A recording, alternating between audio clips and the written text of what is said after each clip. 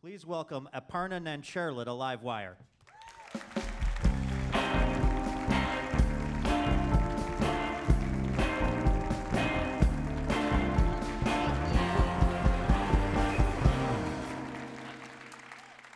Hello. Oh, so friendly. I feel like we should get right into things. You know, we don't have a lot of time left here on Earth. Things are ending. It's good to get to the point. I was thinking about this the other day. Don't you guys hate when... That's all I have for that one. Feel like I'm hitting on some truths, cracking things open. No, this is something I do hate. I hate when you're going in for the handshake, but the other person is going in for the fist bump, but then you realize you're in front of a mirror and you don't know who you are anymore. I hate that. One of my pet peeves. Top 5 at least. Comedy's been treating me well. I've been able to travel more for it. I'm here, you know. But I've gotten to go to some cool places in the past year. Like I went to Dubai for the first time. Has anyone been to Dubai? Is anyone there right now? Cool. To me, it felt like what happens when a shopping mall and a space station love each other very, very much.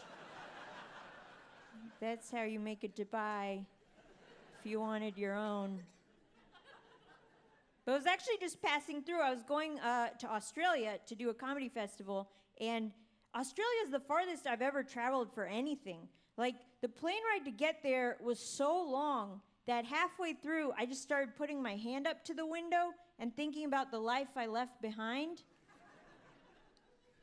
Like, I just went into PBS documentary immigrant mode. I was just like, Papa! I don't even know Papa. Grabbed the woman's baby next to me and was just like, the fever will pass. Really committed. It's kind of her fault for having her baby out, you know? Pretty sure you're supposed to store them in the overhead bin for international flights. It's the new protocol. Well, I was going to Australia, though. You go through customs, you fill out a little card to explain why you're there, and they have a line to put your occupation down. I put comedian like a dummy, because then when I was going in, the customs official looked at it, and then he looked at me, and he was just like, you're a comedian? I was like, great, my first heckle. I'm not even in the country. This is going so well. And then I didn't know what to say. Like, I didn't even know what day it was at that point. So I was just like, yeah, I guess I am. Like, we were both disappointed. I was like, that is my handwriting. Facts are facts. And then he was just like, oh, well, have you heard of Carl Barron? I was like, no. He was like, you should check him out. And I Googled him, and Carl Barron is like this popular Australian comedian. It's like, that's always a good sign when you tell someone what you do, and they're just like, here's a better version of you, probably. Good luck with your dreams. Like, if I had put down lawyer, would he have been like, oh, have you heard of Judge Judy? You should check her out. She's probably saved more lives than you. With her no-nonsense jabs and sensible haircut. Heck yeah, those are her strengths. In that guy's defense, I don't look like a lot of things. Like, even if I had put down plumber, he would have been like, yeah, right. Have you heard of the Mario Brothers? Like, they're not even real. It's like, yeah, but they do a hell of a job.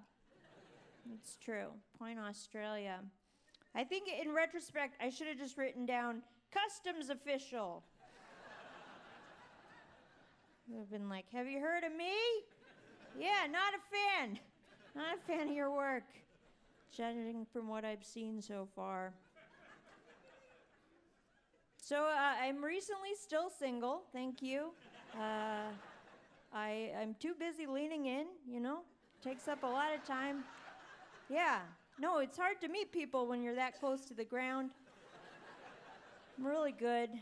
But one of my pet peeves as a single person is sometimes in the city you get caught walking behind couples on the sidewalk.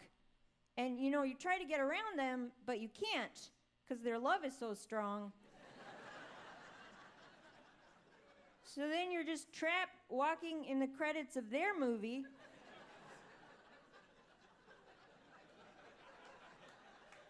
And then you just have to follow them home and become their child. It's a real hassle. It's a real hassle. All right, thank you guys. Thanks a lot.